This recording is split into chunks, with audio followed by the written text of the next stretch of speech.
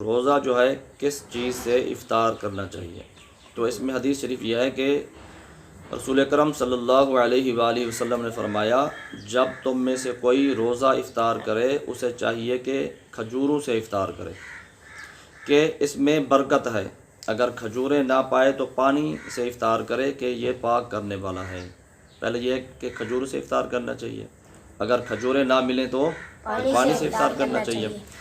اسی طرح ایک اور حدیث ہے، حضرت انس رضی اللہ تعالیٰ عنہ روایت کرتے ہیں کہ نبی پاک صلی اللہ علیہ وسلم نماز مغرب سے پہلے روزہ جو ہے کھجوروں سے افطار کرتے تھے۔ اگر تر کھجوریں نہ ہوتی تو خشک کھجوروں سے افطار فرماتے تھے۔ پہلے تر کھجوریں ہوتی تو اس سے افطار فرما لیتے تھے، اور تر کھجوریں نہ ہوتی تو پھر خشک کھجوروں سے افطار فرما لیتے تھے۔ اگر دونوں نہ ہوتی، تر کھجوریں بھی نہ ہوتی، خشک کھجوریں بھی نہ ہوتی، تو پھر کیا کرتے کہ آپ پانی کے چند گھونٹ بھر لیتے اور پانی سے روزہ افطار فرما لیتے۔ تو اس سے پتہ چلتا ہے کہ پہلے تو ہمیں روزہ کس سے افطار کرنا چاہیے؟ کھجوروں سے۔ اگر کھجوریں نہ ہوں تو پھر کس سے روزہ افطار کرنا چاہیے؟